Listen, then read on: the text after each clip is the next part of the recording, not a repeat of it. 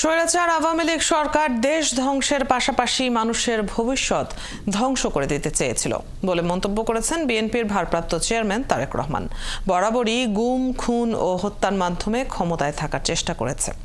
BNP আগামীতে সবার জন্য নিরাপদ বাংলাদেশ গড়ে তুলতে চায় বলেও আশ্বাস দেন তারেক রহমান। নীলফামারীতে ভার্চুয়ালি যুক্ত হয়ে তিনি এসব কথা বলেন। বিজয় কাজলের তথ্য ছবিতে প্রতিবেদন। 2014 সালে র্যাবের ক্রস ফায়ারে নিহত হন বিএনপি নেতা গোলাম রাব্বানী। এরপর থেকে তার পরিবারকে নানা বাধার সম্মুখীন হতে হয়।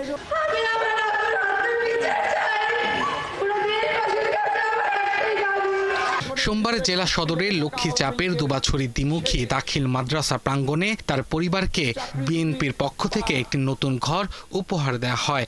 সেখানে বিএনপির সিনিয়র যুগ্ম মহাসচিব ও আমরা বিএনপি পরিবারের প্রধান উপদেষ্টা অ্যাডভোকেট রুহুল কবির রিজভী জানান, সংবিধান বাতিল করলে মুক্তিযুদ্ধকেই অস্বীকার করা হবে। তাই সংবিধান সংশোধনের পক্ষে বিএনপি। একটি জাতির আত্মজীবনী হচ্ছে সংবিধান। সেটা সংযোজন হতে পারে, সংশোধন হতে পারে। এটা হঠাৎ সব বাতিল করে দিলে পরে তো মুক্তিযুদ্ধকে অস্বীকার করা হয়, সেটা অস্বীকার করা হয়। সমাবেশে ভিডিও কনফারেন্সে যোগ দেন বিএনপির ভারপ্রাপ্ত চেয়ারম্যান তারেক রহমান। বলেন, 16 বছরে বহু নেতা কর্মী বিগত স্বৈরাচারের সময়ে গুম, খুন হয়েছে, অত্যাচার ও নির্যাতনের শিকারও হয়েছে। দলের 60 লাখের বেশি নেতা কর্মীর বিরুদ্ধে গায়েবী মামলা ও নানা অত্যাচারও হয়েছে।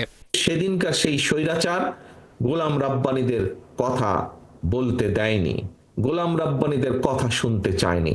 এ কারণেই তারা হাজার হাজার গোলাম রাব্বানীকে হত্যা করেছে।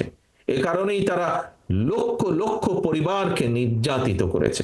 নির্বাচন নিয়ে তারেক বলেন, জাল ভোটে দিয়ে কারচুপি করে রাতের ভোটে জোর করে ক্ষমতায় যেতে চায় না বিএনপি। মানুষ মুক্তভাবে ভোট দেবে, এমন একটি মুক্ত পরিবেশ তৈরি করতে অন্তর্বর্তীকালীন সরকার এবং নির্বাচন কমিশনের প্রতি আহ্বান জানান তিনি।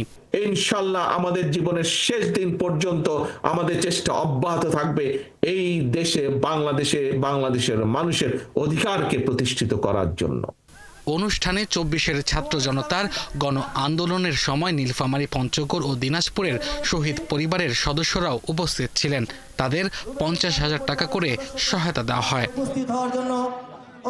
আব্দুল আল মামুন, 71।